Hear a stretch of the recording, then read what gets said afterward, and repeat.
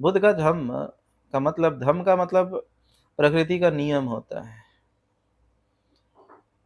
लोगों को ऐसा लगता है कि बुद्ध पेड़ के नीचे बैठ कर के चिंतन-मंथन कर रहे थे, जैसे कोई आइंस्टाइन वो क्या न्यूटन कर रहा था। जैसे कोई वैज्ञानिक सोच विचार करके लिखता है, जैसे हम लोग एग्ज़ाम में बैठ कर के सोचते रहते हैं, क्या लिखना है और फिर लिखते हैं।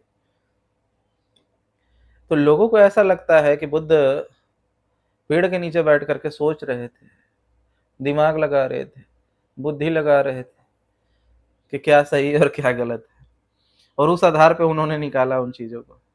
अगर ऐसा मानते हो तो आप थोड़ा-सा अध्यात्म से दूर हो, धम्म से दूर हो। बुद्ध का नाम सिर्फ़ आपने सुना है, नमो बुद्धाय रटना सीख लिया है, त्रिरत्न का रटना शुरू शुरू कर दिया मंत्र के तौर पे, बुद्धं शरणं गच्छामि, धम्मं शरणं गच्छामि, संघं शरणं गच्छामि, द्वितीयं बुद्धं शरणं गच्छामि, द्वितीयं धम्मं शरणं गच्छामि, द्वितीयं संघं शरणं गच्छामि।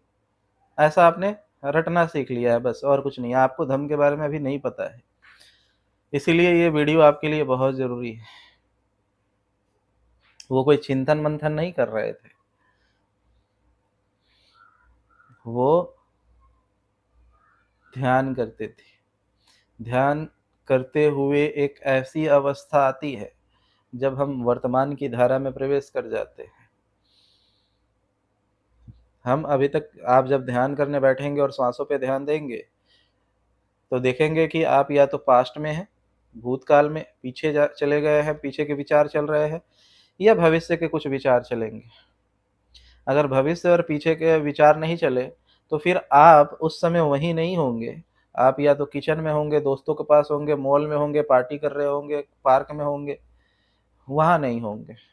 जहाँ श्वासों पे जो ध्यान देने की बातें हैं, वहाँ नहीं होंगे। जैसे-जैसे हम ध्यान साधते जाते हैं और वर्तमान में प्रवेश करते हैं, तो वर्तमान में ढेर सारी चीज़ों का पता चलता है, क्योंकि हम इधर-उधर खोए हुए हैं।